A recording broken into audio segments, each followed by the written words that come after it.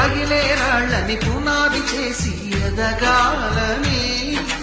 తరిలే వాళ్ళని హితులుగా తలచి ముందుకెళ్ళాలని,